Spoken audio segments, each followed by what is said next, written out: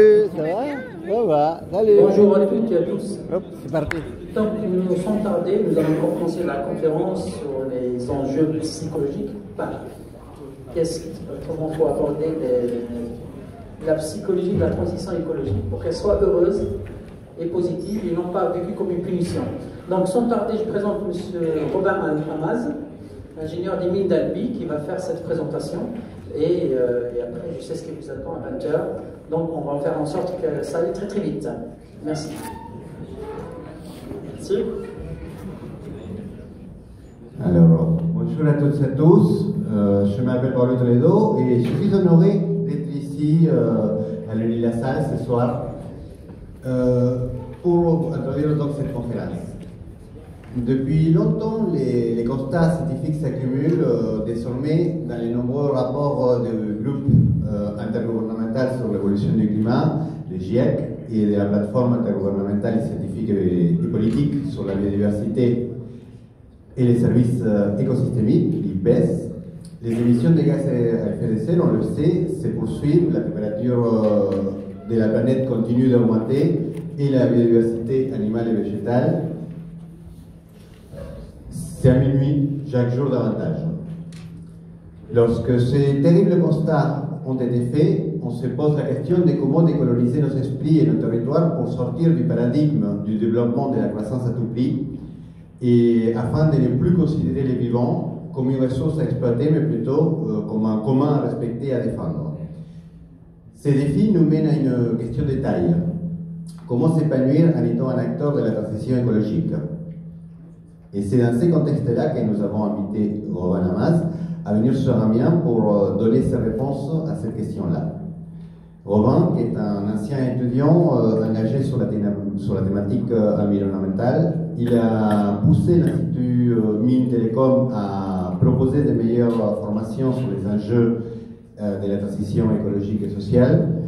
Robin est un jeune ingénieur spécialisé dans les énergies renouvelables. Il a travaillé au sein de l'ADEME sur la thématique de l'hydrogène dans les Hauts-de-France et il est maintenant conférencier et enseignant à l'université. Ses cours portent sur les enjeux sociaux et technologiques des différents scénarios de neutralité carbone et sur la thématique des récits sur l'éco-anxiété. Voilà, les cas étant posés, je passe maintenant la parole à Robin Amaz. Merci Pablo. Déjà, est-ce que vous m'entendez bien niveau micro? Oui. Ok, super. Bonjour à toutes et à tous. Je suis heureux d'être avec vous ce soir pour pouvoir échanger sur ce vaste sujet qui est comment est-ce qu'on peut s'épanouir face aux enjeux environnementaux qui sont initialement un petit peu angoissants. Cette conférence, d'où elle vient et pourquoi est-ce que je la donne? Parce qu'en étant étudiant, donc là je vois qui est étudiant ici, est-ce que vous pouvez lever la main? Je pense que c'est une majorité de la salle. Oui. Et bien, étant étudiant, on était beaucoup à se questionner sur les enjeux environnementaux. On avait l'impression de ne pas avoir toutes les clés en main pour pouvoir participer en tant que futur et très proche futur travailleur. Et du coup, ça nous mettait un petit peu une pression sur les épaules et on ne savait pas trop comment faire. Et certains étaient angoissés par ça et ça les freinait au quotidien. Et puis en continuant de grandir et puis en me mettant à travailler moi-même, je me suis rendu compte que ces questionnements et cette sorte d'angoisse, ou cette peur, ou du moins ce sentiment d'impuissance, n'étaient pas du tout que dans les milieux étudiants, mais étaient aussi dans les milieux professionnels. Et donc c'est pour ça que j'ai monté cette conférence qui est pour aborder tout ça et pour proposer un chemin, des chemins, une autre manière d'aborder les enjeux environnementaux pour que ça ne devienne non plus une angoisse, un frein au lever, mais que les enjeux environnementaux deviennent quelque chose qui nous stimule au lever et nous donne envie, et que ça soit une force plutôt motrice au quotidien. Comment ça va se passer ce soir? En gros, je vais parler pendant 1 heure, approximativement. Après, il y aura une trentaine de minutes d'échange. Je vais essayer de faire un petit peu plus vite pour ceux qui souhaitent voir le match, parce que je pense qu'il y en a. Je ne sais pas qui a envie d'aller voir le match juste pour savoir. Donc ça fait à peu près aussi du monde. Donc je vais essayer d'aller un peu plus vite. et d'avoir un petit peu de temps pour les questions, pour vous laisser partir à temps pour le match. Et pour ceux qui le souhaiteront, et s'il y a du monde, je peux proposer aussi un atelier qui dure 30 minutes à la fin, ça en fonction de la salle, ou sinon on continue à échanger comme ça. Donc on verra. En tout cas, pour la présentation, elle est divisée en 4 parties. Tout d'abord, je vais reprendre très très rapidement, puisque c'est pas ça l'objectif de l'intervention, comment sont présentés de manière générale les enjeux environnementaux et quelles émotions ça peut générer dans une deuxième partie, la façon dont sont généralement présentés les enjeux environnementaux. Et dans une troisième partie, j'aborderai justement l'écologie intérieure, qui est une manière de convertir ces émotions, ces éco-émotions, en une force qui soit saine, motrice. Et on verra enfin quelles sont les conséquences de l'écologie intérieure sur l'individu. Donc tout d'abord, notre place sur le monde, comme je vous l'ai dit, l'objectif de cette partie, c'est de reprendre de manière un petit peu cliché la manière dont sont abordés généralement les enjeux environnementaux et comment moi, en tant qu'individu, je me suis attaqué aux enjeux environnementaux, comment je me suis formé et qu'est-ce que mon chemin d'apprentissage là-dessus. Généralement, comme je pense beaucoup d'entre nous, on entend parler des enjeux environnementaux au début dans le débat entre nucléaire et éolien. Pour illustrer ça, je vais reprendre le débat de la deuxième partie des élections présidentielles, où on a parlé pendant 18 minutes sur 3 heures des enjeux environnementaux, et la majorité du débat était fixée sur éolien versus nucléaire, en gros. Donc généralement, on commence à rentrer dans les enjeux environnementaux à travers ça.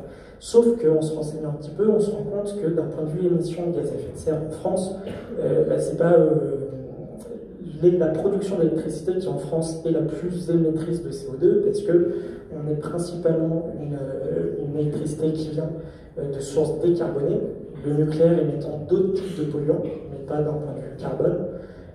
Et du coup, qu'en France, la production d'électricité, c'est que 10% des émissions de CO2, ce qu'on peut voir en bas à droite, en jaune, ce qui n'est pas le cas dans le reste des pays d'Europe ou du monde, par exemple. Et du coup, si en France, il n'y a que 10% des émissions de gaz à effet de serre qui sont dues à l'électricité, ça fait que, généralement, on n'aborde pas les 90% restants. À savoir que, par exemple, la mobilité, qui émet beaucoup de gaz à effet de serre, les bâtiments, etc., et en gros, 75% des émissions de gaz à effet de serre proviennent de la combustion d'énergie. Donc, en France, il y a une faible partie de la combustion d'énergie qui sert à produire de l'électricité. Mais par contre, il y a de la combustion d'énergie fossile pour déplacer nos voitures, pour se chauffer, pour déplacer des tracteurs, pour mettre en mouvement nos machines qui fournissent le système industriel, etc. Et donc, c'est 75%, ça, la combustion d'énergie. Et en fait, il reste 25% additionnels qui sont en gros des réactions chimiques. Par exemple, pour produire du ciment, il va y avoir une réaction chimique, qui n'est pas de la combustion d'énergie, qui va libérer des gaz à effet de serre. Pareil, si je mets de l'engrais sur les sols, ça va libérer d'autres types de gaz à effet de serre. Et on voit en fait que les émissions de gaz à effet de serre ne se résument pas du tout qu'à la production d'électricité et sont en fait systémiques. Et c'est ça qui rend les enjeux environnementaux très intéressants et complexes en même temps. Ce qu'on peut aussi voir quand on continue de se renseigner, on peut se dire oui, mais ça fait longtemps qu'on en parle depuis les années 70, donc est-ce que les émissions de gaz à effet de serre ont diminué? En fait, ce qu'on peut voir ici, c'est la consommation annuelle de pétrole, de gaz, de charbon, d'énergie fossile, et tout en haut, la consommation d'énergie qui est issue de sources renouvelables. Et on voit en fait que dès qu'on trouve une nouvelle source d'énergie, elle vient s'additionner à d'autres sources d'énergie, ce qui fait que actuellement, à ce stade, les énergies renouvelables ne viennent pas remplacer les énergies fossiles, mais viennent s'ajouter à une augmentation des énergies fossiles. Ce qui fait que les émissions de gaz à effet de serre continuent d'augmenter actuellement. C'est ce qu'on peut voir ici, sauf un petit trou pour le Covid, qui est bien faible par rapport à l'impact qu'a généré le Covid d'un point de vue humain. Ce qui génère que cette courbe sur la concentration de gaz à effet de serre dans l'atmosphère, où on voit que depuis l'ère industrielle, la concentration a augmenté de manière très significative, ce qui est bien plus important que depuis les 800 000 dernières années.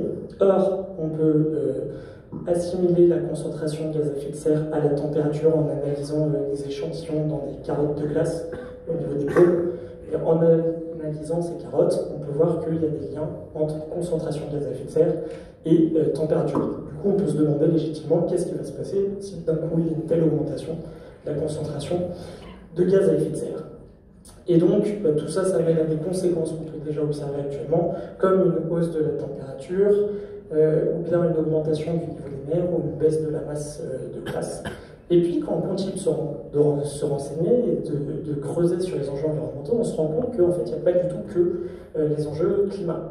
Il y a aussi les enjeux autour de la biodiversité. J'aime bien le graphique à gauche qui montre que l'homme a actuellement généré plus de masse qu'il y a de masse du vivant. Ça, c'était l'année dernière. J'aime bien aussi la partie là à gauche où on voit que la distribution en termes de masse des mammifères sur Terre, 34% des mammifères en termes de masse, c'est des humains.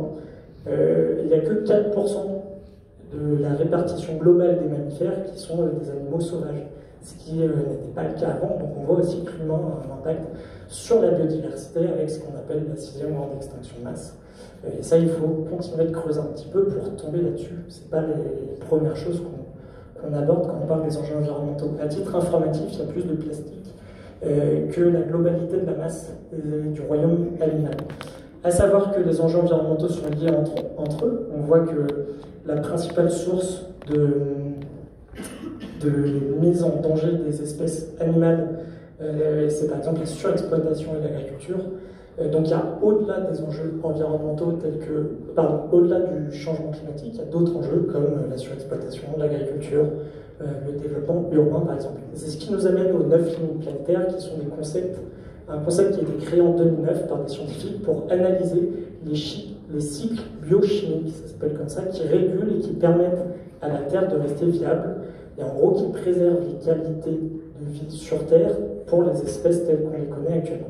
Ce qu'on peut voir, c'est qu'au cours du temps, au début, les scientifiques n'ont pas pu tous les quantifier, et plus le temps avance, plus ils quantifient ces limites. Et ce qu'on peut voir, c'est qu'actuellement, il y a 6 de ces 9 limites qui sont dépassées, et donc qui menacent la viabilité du système Terre. Je ne rentre pas dans les détails, mais en tout cas, là-dedans, il n'y a même pas la question des ressources qui est prise en compte, qui est modélisée par le jour du déplacement.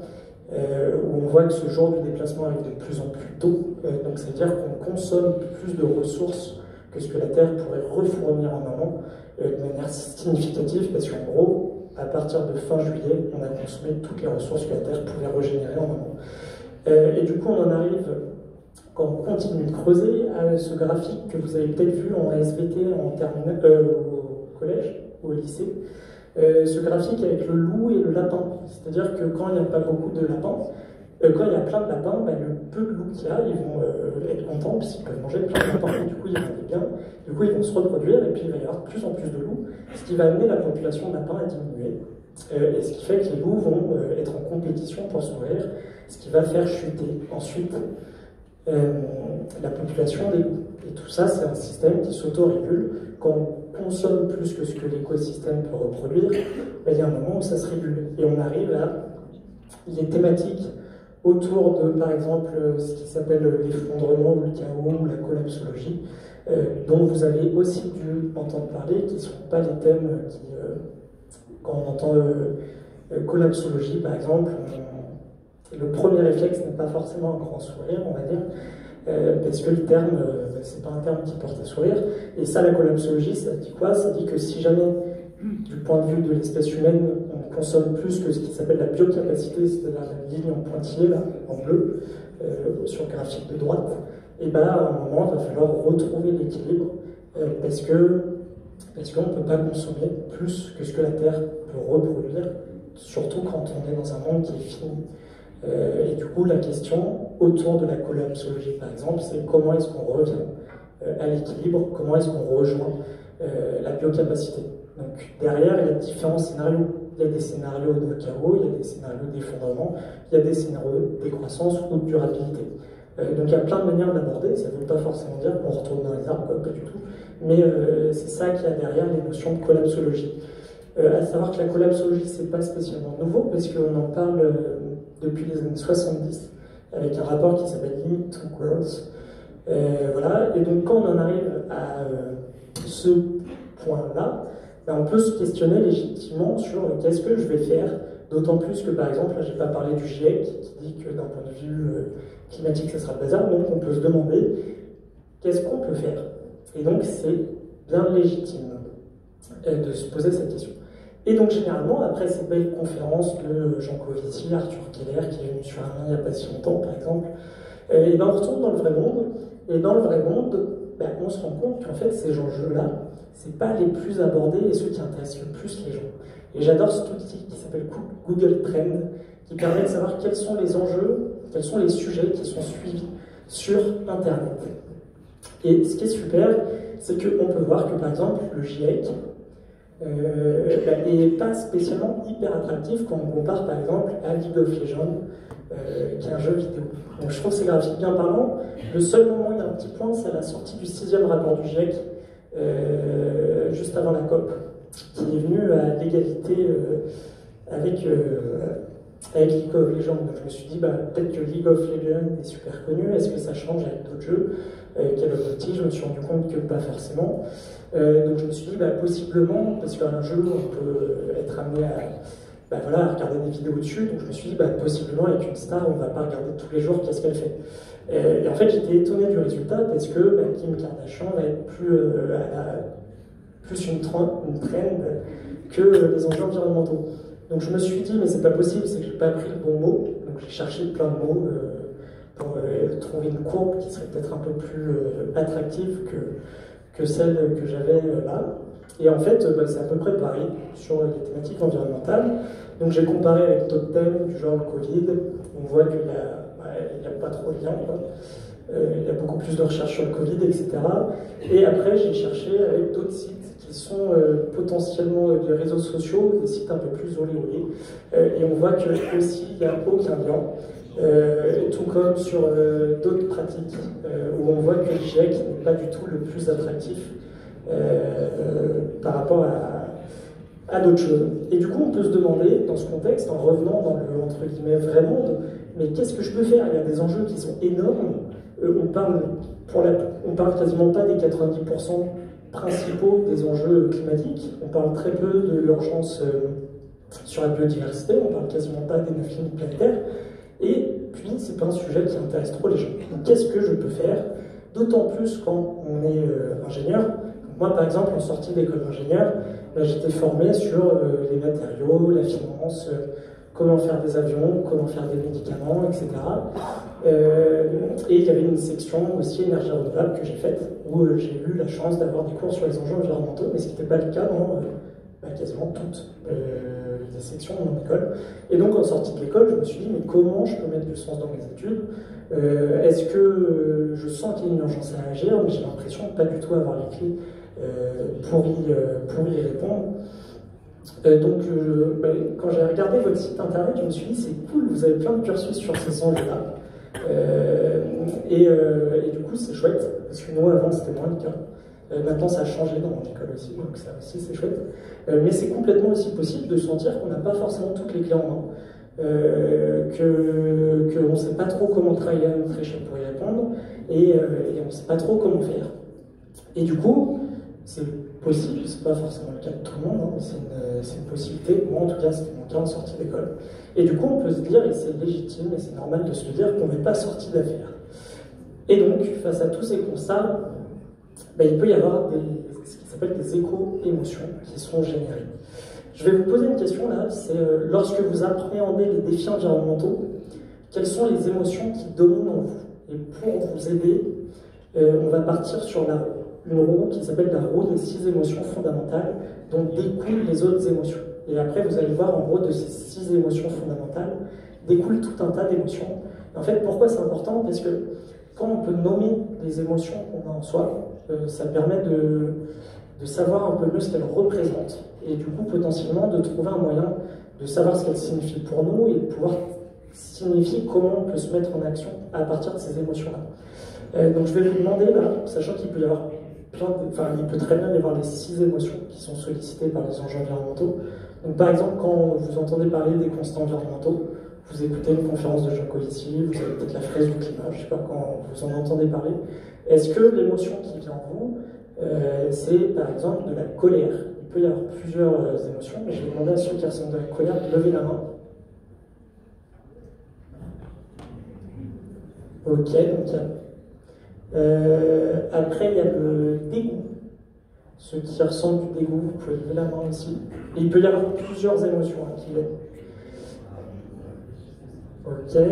Est-ce qu'il y a de la peur? Ok. Est-ce qu'il y a de la tristesse? Ah, mais ça motive un peu de joie aussi, peut-être là. Est-ce qu'il y a des gens qui sont heureux? C'est aussi possible. Ouais. Donc il y en a quelques-uns. Et est-ce qu'il y a de la surprise? Il n'y a pas trop de surprise. Ok. Donc ce qu'on peut voir là déjà, c'est que il y a. J'ai l'impression que ça génère des émotions chez à peu près tout le monde et plutôt de manière générale des émotions entre guillemets désagréables. Donc ça c'est intéressant de le noter. Et après, je ne sais pas si vous verrez, mais ça c'est la roue des émotions qui permet d'identifier un peu mieux quelle est l'émotion au final qu'on ressent vraiment en fin de compte. Et ça peut aider à mettre des mots sur ce qu'on ressent. Et donc ça c'est assez chouette. En tout cas dans les éco-émotions, il y a tout un tas d'éco-émotions qu'on peut ressentir, et quand je dis des éco-émotions qui sont désagréables, il n'y a pas un jugement de valeur derrière le terme désagréable, parce que toutes les émotions, agréables et désagréables, elles sont saines et elles représentent quelque chose. J'aime bien ces mots de Karine Saint-Jean, qui est une éco-psychologue de Québec, qui dit que les éco-émotions sont un signal sain et naturel que quelque chose doit être fait. Je reprendrai les mots de Jacques Chirac à l'époque, qui disait notre planète Terre, notre planète brûle. Et du coup, je me dis, effectivement, si jamais la maison brûle, c'est logique de ressentir une émotion qui est a priori plutôt désagréable par rapport à ce fait-là.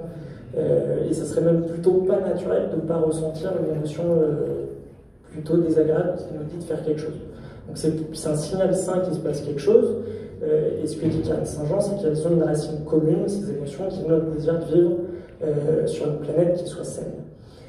Sauf que de manière générale, c'est ce qu'on a vu là avec vous, les éco-émotions qui dominent sont plutôt des éco-émotions désagréables comme de la peur ou de la colère. Mais il y a aussi possibilité d'avoir des éco-émotions qui sont plutôt, entre guillemets, agréables. Pourquoi est-ce qu'il y a principalement des éco-émotions désagréables? Parce que généralement, la manière dont sont abordés les enjeux environnementaux, par exemple à travers les médias, à travers les conférences, font plutôt appel, quand on parle d'urgence climatique, quand on parle de 6e extinction de masse, ça fait plutôt appel à des émotions qui sont pas très sympathiques, et donc ça, telles que du deuil, de l'indignation, de la culpabilité. Et tout ça, ça peut avoir différents impacts qui sont soit émotionnels, donc par exemple le trouble du sommeil, question sur la parentalité, se dire que tout est perdu, donc à quoi bon agir, et aussi des mécanismes de protection. Les mécanismes de protection, c'est quoi? C'est quand je me dis que les émotions que j'ai en moi sont trop désagréables par rapport à tout ça, donc que les constats me plaisent pas trop, je vais mettre en place des barrières qui vont, par exemple, être du déni ou bien de la fuite, c'est-à-dire je ne m'intéresse pas à ces enjeux-là pour ne pas avoir à les prendre en compte parce que ça serait trop compliqué pour moi de me remettre en question par rapport à tout ça. Donc ça s'appelle des mécanismes de fuite. Donc dedans, il y a le déni, ou je recherche d'autres théories qui expliqueraient les enjeux environnementaux.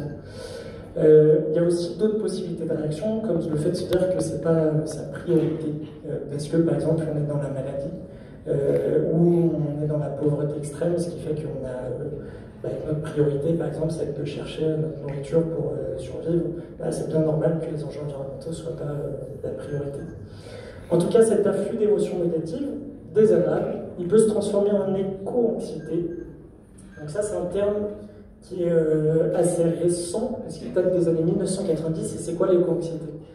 C'est une émotion de peur que qu'une catastrophe va arriver dans le futur et qui va affecter de manière irrévocable notre manière de vie actuelle. Donc c'est plutôt une émotion de peur qui est dirigée vers le futur, et ça, ce terme-là est aussi généralisé pour évoquer les enjeux environnementaux dans leur ensemble, à savoir que la vraie signification, normalement, c'est ça. Donc par exemple, là-dedans, il y a une peur pour la perte de rendement agricole, ça va plutôt être de l'éco-anxiété, c'est dirigé vers le futur. Et il y a un autre terme qui est beaucoup moins connu et qui est encore plus récent, qui s'appelle la solastalgie. Et ça vient c'est un sentiment de tristesse, parce qu'un écosystème auquel on se sentait proche aurait disparu, par exemple. Par exemple, si je me sens connecté à l'Amazonie sans y avoir forcément vécu, je peux ressentir de la tristesse au fait, dès qu'on me parle de déforestation en Amazonie, parce que je m'en sentais proche d'un point de vue émotionnel. Et donc ça, c'est plutôt un sentiment de tristesse qui est dirigé vers le passé.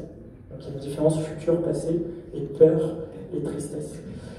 À savoir que tout ça, il y a peu d'études qui portent sur ces réactions émotionnelles aux enjeux environnementaux, et que la seule étude d'ampleur qui a été menée à ce stade, parce qu'on est sur des phénomènes assez nouveaux, a été réalisée en décembre 2021, l'année dernière, par The Lancet, qui est un grand journal qui parle des enjeux santé, sur 10 000 jeunes entre 16 et 25 ans.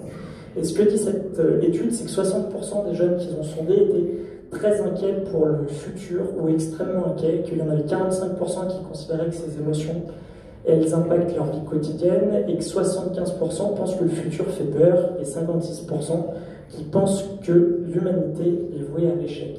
Ce sont des chiffres qui sont énormes, que moi j'ai toujours, quand je les vois, quand je les dis, je me dis toujours, mais c'est énorme. J'ai du mal à les croire tellement ils sont énormes, mais je me dis que c'est représentatif de quelque chose, c'est représentatif d'un état d'esprit au sein des jeunes, et je pense qu'il y a aussi partagé peut-être à différents niveaux au sein des plus âgés, mais c'est pas que chez les jeunes. Et derrière tout ça, je me dis qu'il y a un vrai besoin de mettre du positif sur les enjeux environnementaux. Et donc face à ces éco-émotions, il peut y avoir ce qui s'appelle des éco-réactions. Et en gros, c'est comment est-ce qu'on réagit par rapport à ces émotions-là. Il peut y avoir ce que dit l'OPVECO, c'est l'Observatoire des véhicules collapses, qui est notamment porté par Pablo Servigne, qui est assez connu. Il dit qu'il y a plusieurs façons de réagir, soit le pessimisme passif, c'est-à-dire de toute façon tout est perdu, donc à quoi bon. Le pessimisme actif, qui est du coup le fait de se dire de toute façon c'est fichu, donc je vais me protéger et je vais faire en sorte que quand ça arrive, je sois prêt. Ou alors l'optimisme passif, c'est-à-dire il n'y a pas de souci, ne vous inquiétez pas, ça va le faire. Ou alors l'optimisme actif. Et lui, ce qu'il se dit, c'est que il y a possibilité d'agir par rapport aux enjeux environnementaux et que nos actions aient un impact.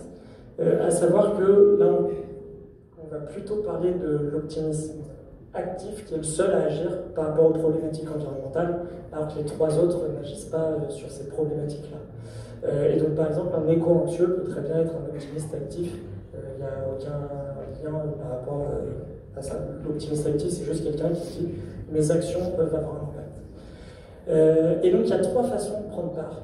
Ça, c'est Joanna Messi, une experte en éco-psychologie, qui explique ça, de prendre part aux actions environnementales. Elle explique qu'il y a des actions de résistance, par exemple le fait de ne pas contribuer avec notre achat à des biens qui sont généralisés autour de nous, ou alors des actions un peu plus militantes, comme par exemple en Allemagne, tous les ans, il y a un blocage de mines qui prend part, la plus grosse mine d'Allemagne, il y a des militants qui se regroupent pour bloquer la mine. Et ça évite qu'une certaine quantité de charbon soit envoyée pour produire de l'électricité, donc c'est une résistance qui permet de ralentir les dégâts causés par le business habituel. Donc ça, c'est une manière d'agir qui est plutôt de la résistance et plutôt dans le militantisme. Après, il y a des actions de construction d'un nouveau modèle pour préserver la vie. C'est comme ça que le dit Joanna Messi.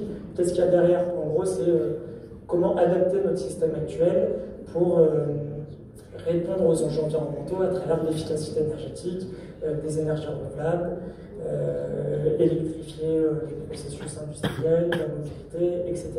Mais là-dessus, on reste plutôt dans le même paradigme et on conserve notre manière de vivre actuelle. Et du coup, la troisième façon d'agir que propose Joanna Messi, c'est le changement des perceptions de la réalité, c'est-à-dire d'essayer d'œuvrer à son échelle pour changer le paradigme et de favoriser une société qui est moins sur la surconsommation et qui est plus axée sur le vivant, où on se dit que l'homme fait partie d'un environnement auquel il appartient, et que ce n'est pas un environnement qui est au service de l'homme.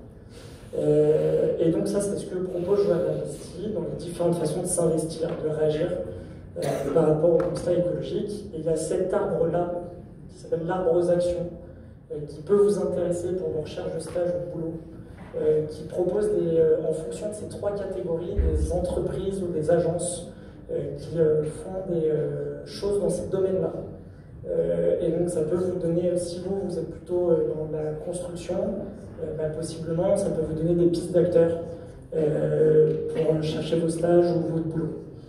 Je passe cette partie parce que je vais un peu plus vite pour ce soir, vu qu'il y a des contraintes de temps. Mais du coup, la question par rapport aux éco-émotions, on a vu qu'il y avait plus d'éco-émotions qui étaient négatives qui étaient générées, et du coup on peut se demander et comment est-ce qu'on peut faire pour que les enjeux environnementaux, quand on y fait face, deviennent plus épanouis et qu'ils ne génèrent pas des éco-émotions qui soient plutôt négatives. Pour continuer, je vais vous proposer de lire cette phrase.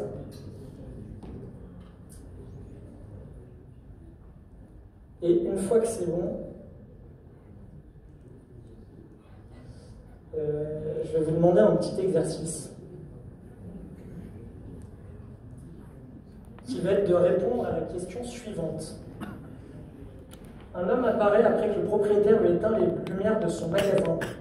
Est-ce que cette réponse, il y a 3 choix. Est-ce que cette phrase, par rapport à ce qui est écrit au-dessus, elle est vraie?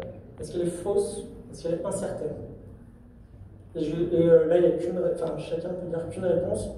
Qui pense qu'elle est vraie, cette phrase?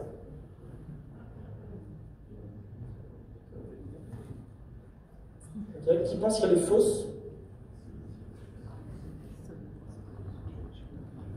Qui pense qu'elle est incertaine? Ok, je vais demander à ceux qui ont dit que c'était incertain de se lever.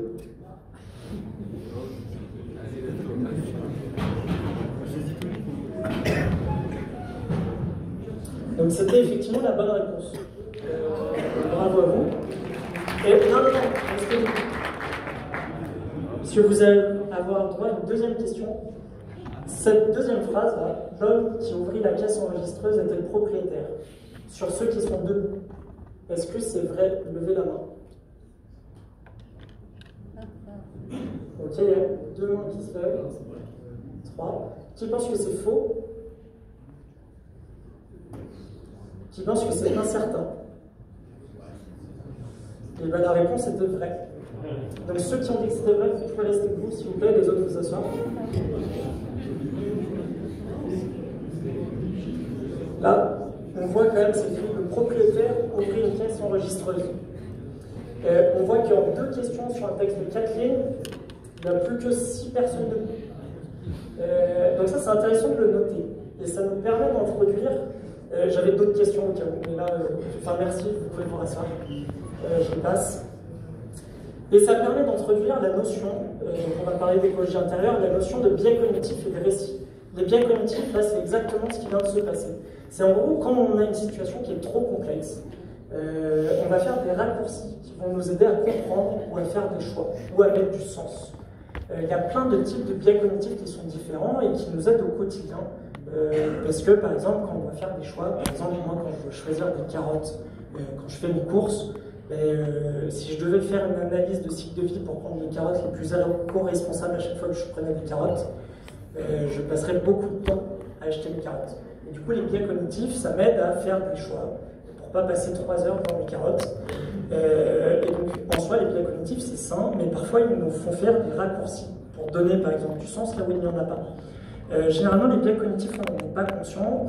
Et ce que dit Karine Saint-Jean, qui est toujours la psychologue de Québec dont je vous ai parlé tout à l'heure, c'est qu'on va tenir les récits des changements climatiques, enfin notre récit des changements climatiques, il va prendre racine dans ce processus de filtrage des informations initiales. Et qu'on va ensuite tenir pour vérité le récit qui découle de ces biais. C'est important tout ça parce qu'il y a plusieurs manières par rapport aux enjeux environnementaux de voir les enjeux environnementaux. À savoir que là, sur une phrase de 4 lignes, on a vu qu'il y avait des biais cognitifs qui se faisaient de manière assez rapide. Sur un rapport du GIEC ou sur une présentation de 1h30, il y a aussi plein de biais qui se passent et c'est complètement normal. Et de ça découlent différents récits autour des problématiques environnementales. Il y a plus de 200 biais cognitifs, il y a ce qui s'appelle le codex des biais cognitifs, si ça vous intéresse, vous pouvez creuser. Je ne rentre pas dans les détails, mais du coup, il y a différentes façons de voir les choses qui sont toutes plus ou moins valables. Parce que j'aime bien donner l'exemple d'une bille. Quand on regarde une bille qui est transparente, si je la regarde et qu'il y a un fond vert derrière, ben, je vais décrire la bille comme étant plutôt verte, alors que si je regarde la même bille avec un fond blanc, je regarde la même bille, mais la façon dont je la regarde fait que les reflets à travers elle sont blancs. Du coup, il y a différentes manières qui sont valables de voir aussi les récits environnementaux, parce qu'on a tous un prisme qui nous est particulier et qui nous est individuel et qu'on tient pour vérité après. À savoir que chaque individu aussi, à travers son prisme de vision, a des tendances à voir le monde de manière plus ou moins optimiste ou pessimiste, et qu'après une prise de conscience écologique, on va avoir plutôt tendance à voir le monde de manière un petit peu plus pessimiste, parce qu'on va prendre conscience que, par exemple, certaines choses qu'on faisait ne sont pas compatibles avec un monde durable. Et donc, les constats écologiques peuvent amener une vision un peu plus pessimiste du monde. Or, d'un point de vue santé, par exemple, ça a été constaté que quelqu'un de plus optimiste a moins de risque de cancer, par exemple, va plus avoir de chances de réussir un projet et va répertorier, va dire qu'il vit de manière générale de façon un peu plus heureuse. Du coup, c'est dommage si la prise de conscience écologique nous amène vers une considération plus pessimiste et nous apporte plus de malheur dans la vie. C'est normal parce que les constats ne font pas plaisir, mais en même temps, c'est dommage. Donc la question, c'est comment est-ce que on peut tirer une force de ces constats écologiques-là pour convertir ces éco-émotions initiales qui sont angoissantes. Comment est-ce qu'on peut les reconnaître, les accepter et les convertir en quelque chose de plus motivant. Et c'est là qu'on en arrive à l'écologie intérieure, qui est un petit peu ce principe que tient Gandhi. Vous avez sûrement dû voir cette citation à d'autres moments, qui est de dire soit le changement que tu veux voir dans le monde, c'est-à-dire pour créer un monde durable, vis toi-même durablement avec toi-même, d'un point de vue environnemental, mais aussi d'un point de vue émotionnel. Donc voilà, pour créer un monde durable, sois toi-même durable avec toi-même. Et donc ça, moi, comment est-ce que je suis tombé sur l'écologie intérieure? C'est en discutant avec mes parents. Quand j'étais étudiant, j'étais très engagé, et mes parents, à un moment, je parlais avec mes parents, et ils m'ont dit, ben voilà, on a l'impression que depuis que tu es très engagé, ta cause devient un petit peu un frein. Et pour illustrer ça, elle a pris l'exemple de mon père, ma mère. Et mon père, quand ils se sont rencontrés, mes parents, mon père faisait de la peinture et il voulait devenir peintre. Et au début, c'était vraiment quelque chose qui l'aidait à se lever. Tous les matins, il allait peindre et il était content de faire ça. Et petit à petit, il y a une quête de perfection qui s'est mise en place. Et puis, il retravaillait ses toiles pour chercher vraiment la perfection, que ce soit la toile parfaite. Et plus il faisait ça, moins il était content de son travail. Donc il se relevait pour retravailler la toile, etc., etc. Et petit à petit, son engagement, sa cause, qui était la peinture et qui soit la plus belle possible selon ses critères à lui, devenait un frein à l'action, devenait un frein à lever.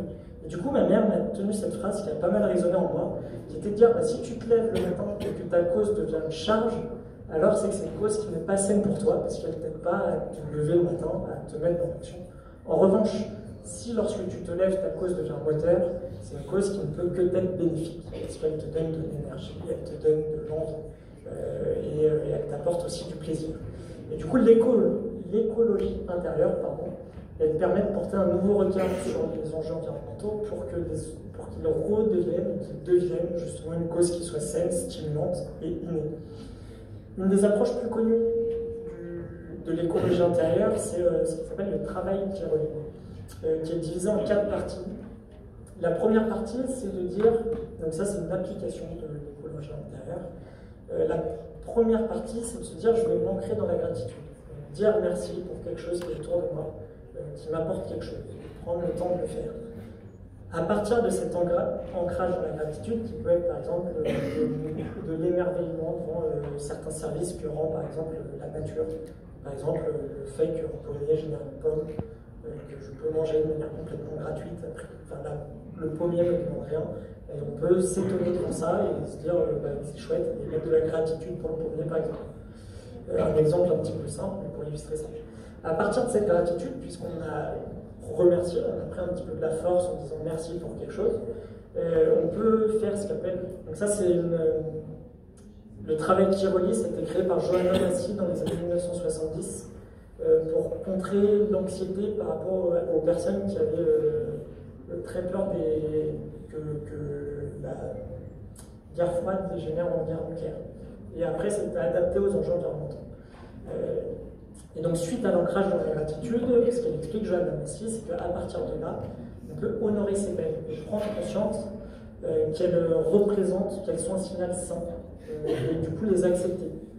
Et à partir de l'ancrage dans la gratitude et de l'honoration de ces peines, c'est-à-dire reconnaître ces émotions comme étant représentatives de quelque chose de sain, elle dit qu'on peut porter un nouveau regard sur le monde, donc se dire que par exemple les actions sur les problématiques environnementales ne sont pas faites par privation d'eux, par peur d'eux, par culpabilité d'eux, mais peut-être par amour d'eux. Et du coup, à partir de là, on peut aller de l'avant et faire face à nos désirs profonds. Moi, ce que je mets derrière tout ça, c'est dans la première étape, je mets par exemple donc l'émerveillement devant les choses de la nature. Moi, je mets tout ce qui est l'interdépendance, le fait qu'on partage tous une même atmosphère et qu'on respire l'atmosphère qui est générée par des plantes, que nous on produit de l'engrais à travers nos excréments, nos rejets, et tout ça, ça fonctionne de manière cyclique, de manière interdépendante, et je trouve qu'il y a une certaine forme de beauté, et moi je m'émerveille dessus. Donc ça, c'est ma vision dans ces différentes étapes du travail qui relie, par exemple. Ensuite, à travers la reconnaissance des émotions désagréables, honorer ses peines, moi derrière, je mets comprendre que justement les émotions qu'on a découlent de la mort du vivant, par exemple. À travers la troisième étape, qui est concevoir un nouveau regard par rapport au vivant, je mets la thématique de l'interconnexion, c'est-à-dire on est interdépendant, mais aussi interconnecté. Ce qui n'est pas pareil, parce que la connexion, ça va plutôt être, c'est pas que de la dépendance, c'est aussi une connexion, pas juste de survie, quoi, mais un petit peu au-delà de ça. Et du coup, avec l'avion. Et la dernière partie, c'est clarifier ce qu'on souhaite faire par rapport à tous ces constats-là. Et donc, je continue d'avancer parce que l'heure tourne. Et donc, moi, un petit partage rapide sur ma vision, parce que ça, c'est la vision de Johanna Massy. Moi, comment je suis tombé dans l'écologie intérieure, c'était une autre approche qui était plutôt par la contemplation, c'est-à-dire que voir que dans les choses qui sont autour de nous, il y a une certaine forme de beauté qui est intrinsèque.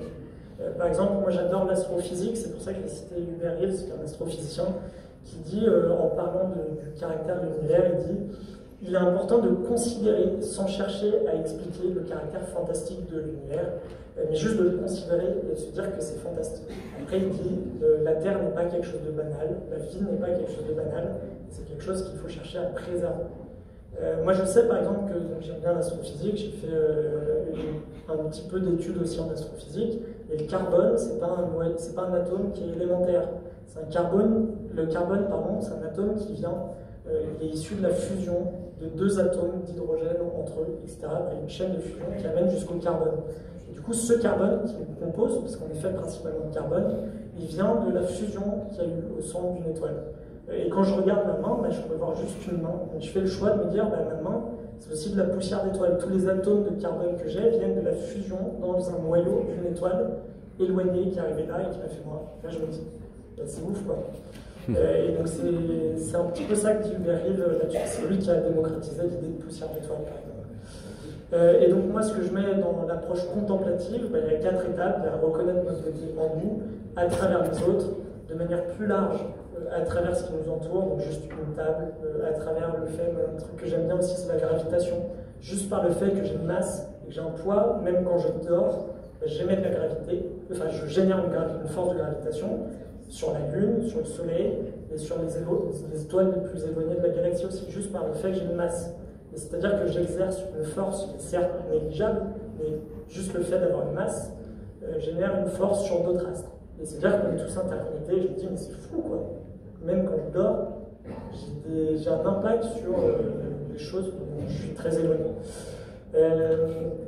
Et donc, sauf que pour voir tout ça, il faut aussi laisser libre cours à son imaginaire pour choisir de voir le monde de cette manière-là. Et je pense que c'est aussi important de laisser un petit peu cette capacité d'émerveillement que l'on a un peu tous quand on est enfant et d'y retourner, parce que ça peut aussi faire du bien. Les conséquences de tout ça, donc je vous l'ai déjà dit, c'est de rendre la cause écologique une cause qui est plus innée, saine et stimulante. Comment ça se passe? Parce qu'on se dit qu'on appartient à un tout auquel on se sent connecté. Du coup, on a une écologie qui découle de l'intérieur parce qu'on va se dire, pour créer, comme je fais partie du monde et que je suis connecté à ce monde, pour que le monde aille bien, il faut que moi-même j'aille bien, et pour que j'aille bien, il faut que le monde autour de moi, mon écosystème proche, aille bien. Pour illustrer ça, il y a un rapport qui est sorti la semaine dernière de l'Europe sur l'impact de la pollution en Europe. C'est 238 000 morts prématurées en 2021 en Europe. Donc ça va un petit peu logique de se dire que si l'atmosphère est complètement polluée, moi-même j'irai pas bien. Et du coup, on a une écologie qui découle de l'intérieur parce que pour que j'aille bien, il faut que mon écosystème aille bien et vice-versa. Et du coup, on peut se dire, comme je me sens connecté à ce qui est autour de moi, comme quand on se sent connecté à quelqu'un de la famille, on va avoir envie qu'il aille bien et on va agir possiblement pour exprimer aussi son amour pour le grand-parent auquel on se sent connecté, pour illustrer ça dans le champ familial, mais possiblement pour la nature auquel on se sent connecté.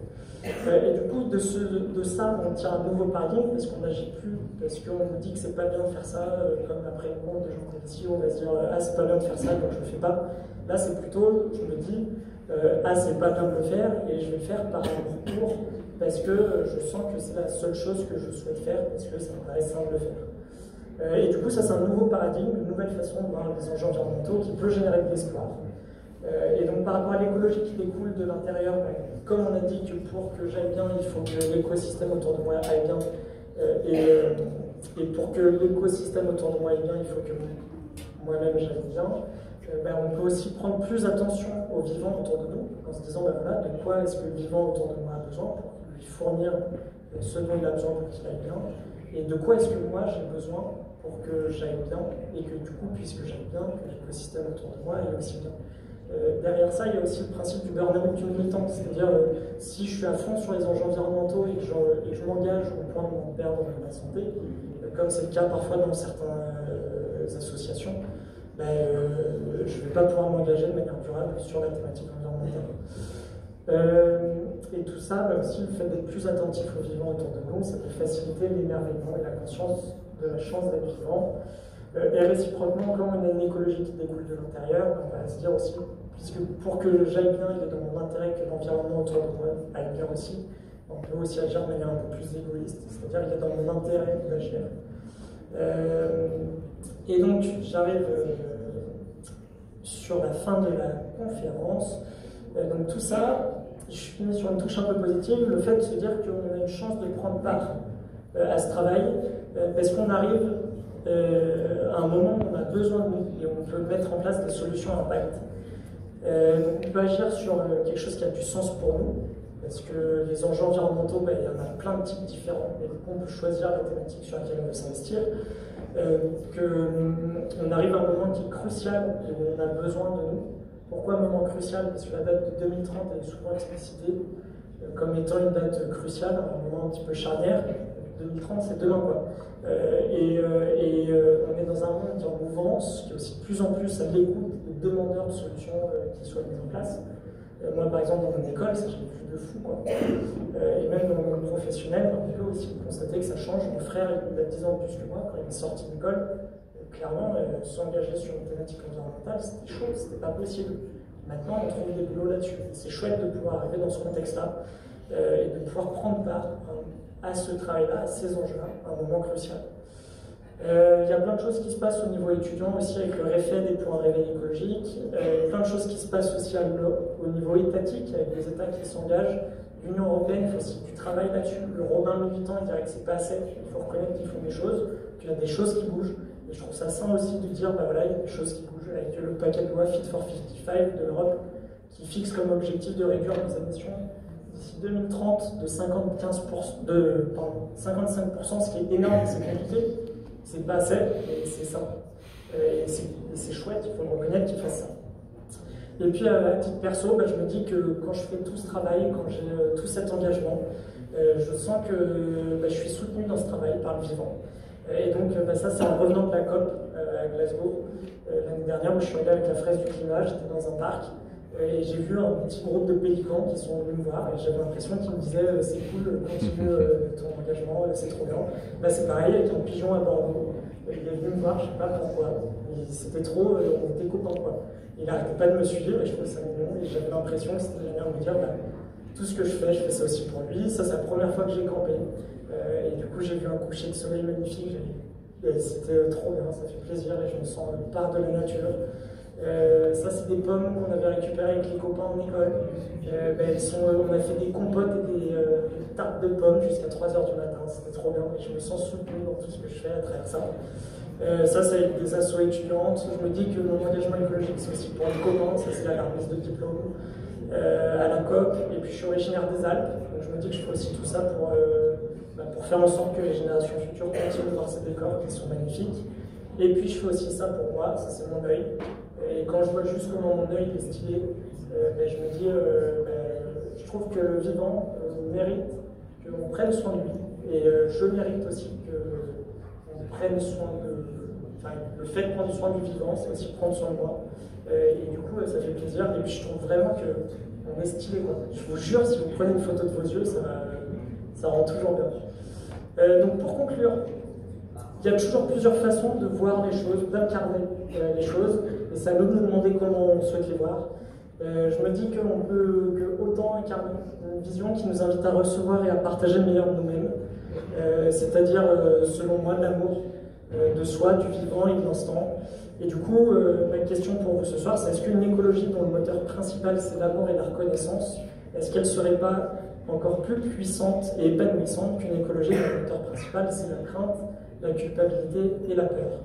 Je vais finir avec cette citation qui est « Le monde devient rêve, le rêve devient monde ». C'est d'Ismaël Kadare, et donc je finirai avec cette question. Cette invitation, à vous d'incarner le rêve que vous souhaitez voir pour votre monde demain.